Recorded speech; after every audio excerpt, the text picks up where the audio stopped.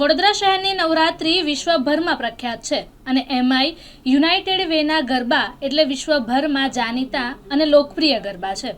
પરંતુ દર વર્ષે યુનાઇટેડ વેના મેનેજમેન્ટ અને આયોજકો પર પ્રશ્નાર્થ ઊભો થતો હોય છે, કારણ કે તેમનું આયોજન દર વર્ષે ખેલૈયાઓને નિરાશ જ કરતું હોય છે.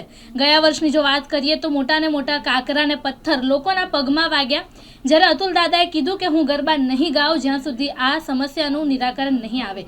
ત્યારે એ સમસ્યાનું નિરાકરણ આવ્યું અને આ વર્ષે વરસાદ પડ્યો, વરસાદની આગાહી પણ હતી, પણ 2 દિવસ થયા વરસાદને ન પડતા કોરું થયું. તે છતાંય ગ્રાઉન્ડની હાલતમાં કોઈ જ સુધારો ન જોવા મળ્યો. પાણી જ પાણી, કિચડ કિચડ. લોકો આવા મેદાનમાં ગરબા રમવા મજબૂર બન્યા. અને એટલું જ નહીં, જ્યારે આયોજકો મોંઘી ફી વસૂલતા હોય છે, પાસના લગભગ 6,000 રૂપિયા લેવામાં આવતા હોય છે, ત્યારે ખેલૈયાઓને ગરબા રમવા માટે એક સારું મેદાન તે પણ નથી આપી શકતા.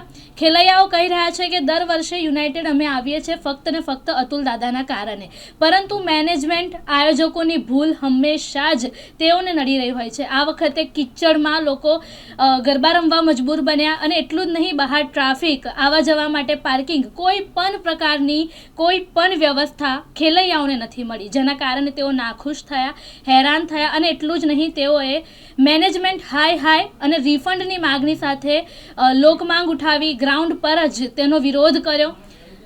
આયોજકોએ કહ્યું તો છે કે હવે રિફંડ આપીશું અને આ જે સમસ્યા છે તેને નિરાકરણ કરીશું, પરંતુ હવે આજનો દિવસ એટલે કે ગરબાના બીજો દિવસ, નોરતાનો જ્યારે બીજો દિવસ હોય ત્યારે તેઓ દ્વારા આ સમસ્યાને લઈને શું કામગીરી કરવામાં આવે છે તે જોવું રહ્યું.